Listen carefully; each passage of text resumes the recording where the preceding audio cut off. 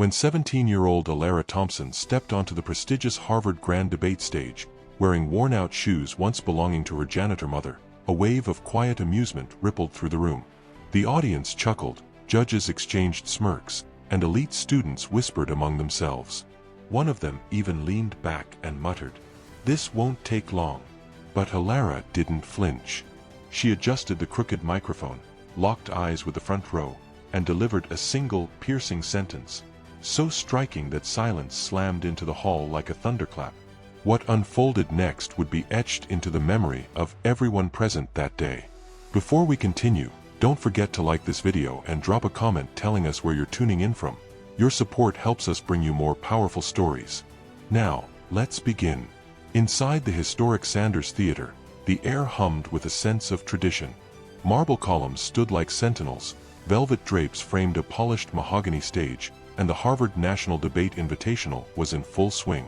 This wasn't just a debate, it was the championship of the brightest minds. The balconies were filled with well-dressed parents in luxury brands, cameras captured every moment, and contestants anxiously adjusted ties and smoothed gowns. Names like Preston Whitmore and Langley filled the programs, children of senators, CEOs, and Nobel Prize winners. Nobody noticed the quiet girl in the back, much less expected her to speak.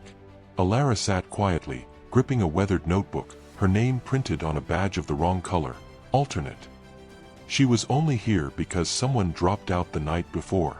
Her mother, Vanessa, had spent the last 15 years mopping Harvard's marble floors. Alara knew this campus not from lectures or tours, but from walking beside a janitor's cart in the middle of the night.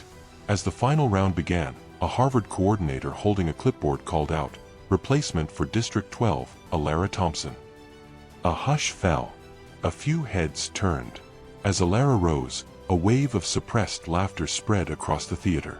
Her oversized cardigan hung over a thrifted dress 2 sizes too large. Her late grandmother's shoes tapped unevenly against the polished stage floor. One judge, Professor Langston, leaned over and whispered, "She won't last more than 2 minutes." Alara heard it. Every word. Still, she walked forward. She placed her notebook on the podium, took a deep breath, and scanned the audience, every face expecting her to fail. Her opponent, Blake Whitmore III, stood across the stage, draped in a custom blazer, his smirk radiating confidence. Then she spoke. "The true measure of intellect isn't where you start, but whether you rise when the world insists you sit." The room froze. Phones were lowered, pens paused mid-note, and even the moderator blinked in stunned silence. Her voice wasn't loud, but it struck like steel, calm, sharp, clear. This was the voice of a girl who had listened from behind janitor doors, studied cast-off textbooks in broom closets, and rehearsed rebuttals to imaginary crowds while scrubbing lecture halls. What Alara didn't know was that someone in the audience was live streaming. Within minutes, the clip of a janitor's daughter taking on Harvard's elite would explode online. But in that moment, she didn't see the viral buzz. She saw only the front row. The same people who had laughed. And now, they were silent. Watching. That was just her opening. The moderator, speechless for a beat too long, finally nodded. Alara didn't touch her notes. She didn't glance at Blake. She simply began. Her voice flowed like a masterfully drawn violin bow, elegant, firm, deliberate. Her argument wasn't shaped by elite coaching or prep academies. It came from life. From watching her mother be denied healthcare as a night shift worker without benefits. From riding public buses and overhearing lawmakers talk about working-class burdens like data points. From knowing injustice not in theory, but in practice. She spoke on educational inequality, on how standardized tests were designed not to find brilliance, but to reward privilege. She quoted lesser-known legal cases without pause. She referenced economic trends and hard numbers like she had absorbed them from birth. But more than facts, it was the way she spoke, each sentence carefully crafted, each pause strategic, that made the crowd lean in. She didn't seek pity. She didn't boast. She simply invited them into a reality they had never been forced to see, and she made them stay there. Across the stage, Blake Whitmore's smirk started to fade. He adjusted his cufflink. He leaned toward his teammate, whispering. For the first time in his life, he wasn't the smartest person in the room, and it was obvious. When it was finally Blake's turn, his voice came out clear, polished, but hollow. He delivered textbook-perfect lines, quoted famous thinkers, used all the right jargon, and gestured with choreographed elegance. But his words lacked weight. He was defending numbers. Alara was defending people. And the difference struck everyone. In the front row, Professor Langston now leaned forward, scribbling feverishly in his notebook. Beside him, Dean Harris whispered, "Who is this girl?" In the dimly lit back corner of Sanders Theater, a graduate student named Tori was still live-streaming when her phone buzzed non-stop. Comments flooded in. "Who is she? This girl is schooling Harvard. Janitor's daughter? Try future senator." What started as a quiet stream quickly spread, first across student group chats, then Ivy League alumni circles, and soon across national platforms. But while the world outside was waking up to a phenomenon, Alara remained locked in focus. She ended her closing statement with a sentence that resonated louder than any data point. "If knowledge is power, then access is justice. And I will never debate my right to either." Silence struck once more. And then, something almost unheard of in formal debate rounds, applause. Not polite, not delayed, instant and thunderous. The moderator lifted a hand to halt it, but the sound lingered, like distant echoes after a summer storm. Blake's team looked shaken. Judges exchanged looks. And in that moment, Alara didn't need a trophy. She already knew everything had changed, not just in the room, but far beyond it. As the applause faded into a heavy silence, Alara remained still, her fingers lightly touching the podium. They trembled, but not from nerves. From the emotional release of carrying years of silence, of effort, of unseen labor, all finally unleashed. She inhaled, nodded, and walked off stage without even a glance at Blake. Judges announced deliberations, and the finalists were ushered backstage. Behind the curtain, a few staffers gave one another subtle nods. A volunteer quietly handed Alara a water bottle, not with pity, but with something far more powerful, respect. Genuine, unmistakable respect. She accepted it with a soft thank you and settled into the farthest corner, pulling out her frayed notebook. Inside were pages of handwritten ideas, quotes, and outlines. On the cover, held together with scotch tape, was a photo, her and her mom, smiling in their tiny kitchen decorated with dollar store party streamers. Not far away, Blake stood rigid, whispering to his coach. His usual air of certainty had cracked. The defeat hadn't yet been declared, but he could feel it. The girl in second-hand shoes had done more than challenge him.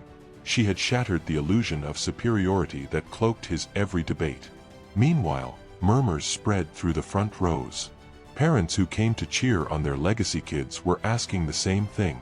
Did she say her mother works here, as a janitor? Yes, one woman replied, eyes wide. In the press section, a reporter from the Crimson typed furiously. The story was writing itself. 20 minutes later, the finalists returned to the stage. Alara walked tall, shoulders squared, chin high. She had never worn a crown, never been escorted down a red carpet, never felt like she belonged in spaces like this. But in this moment, she belonged more than anyone else.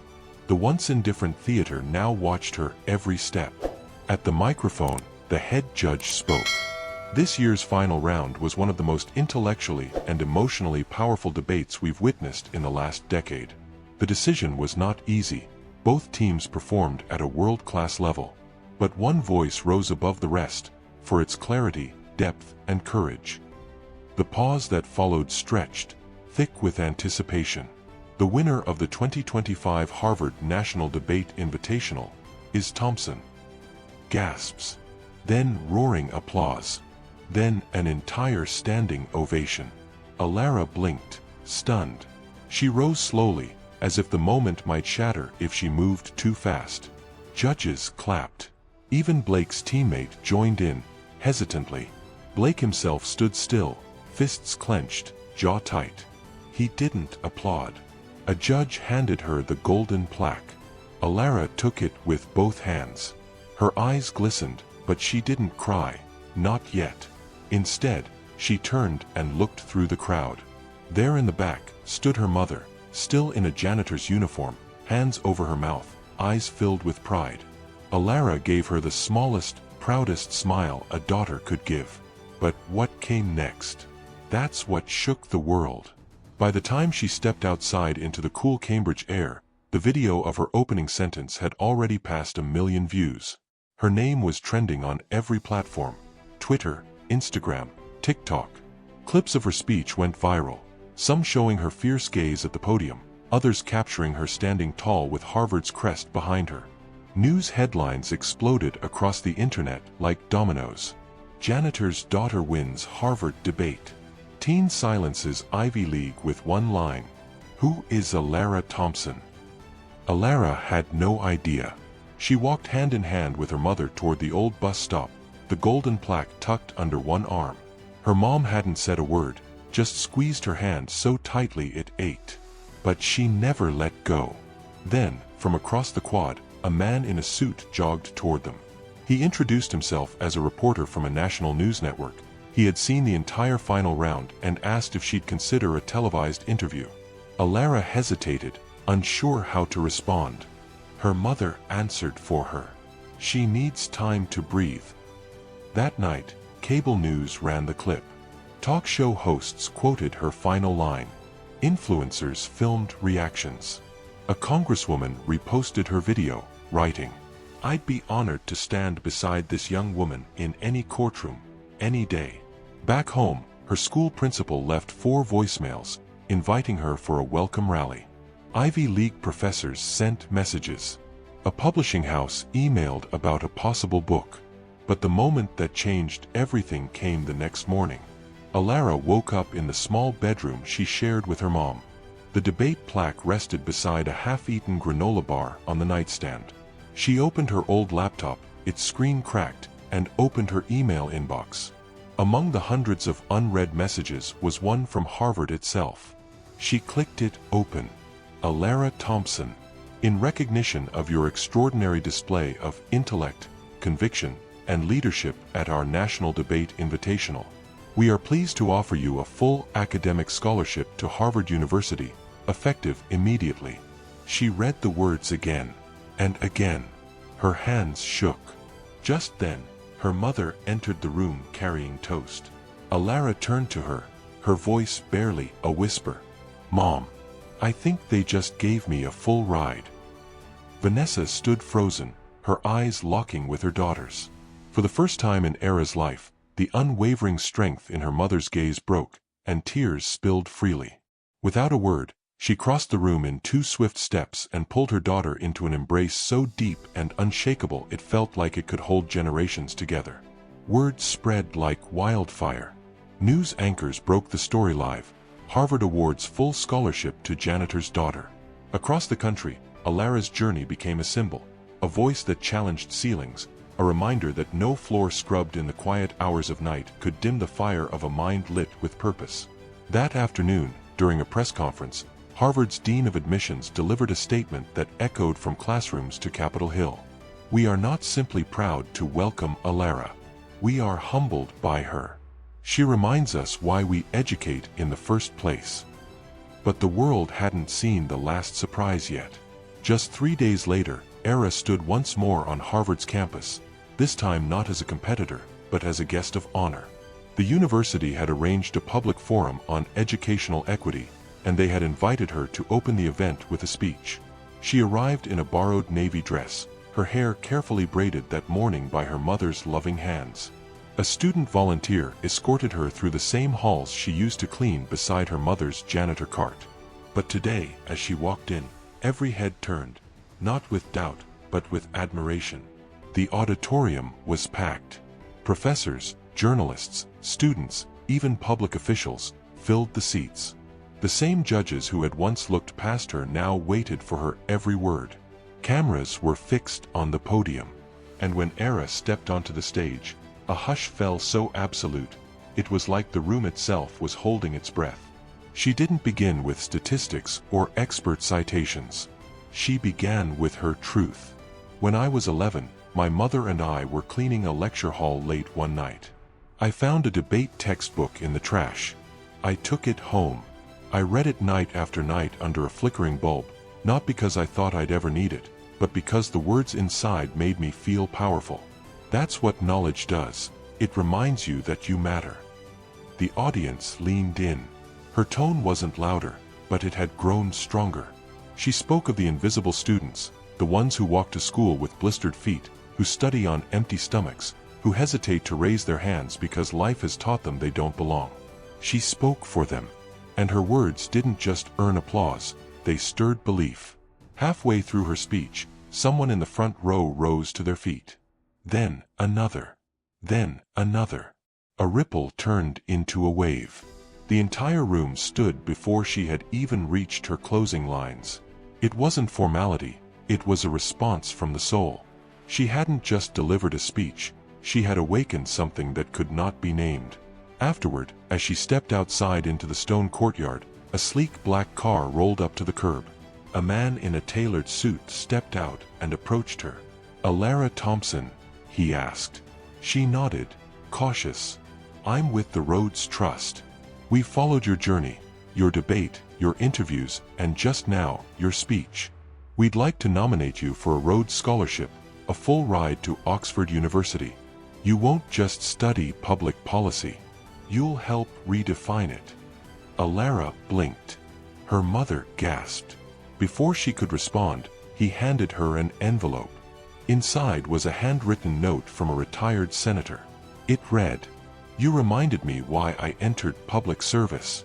If you ever run for office, I'll be the first in line to support you."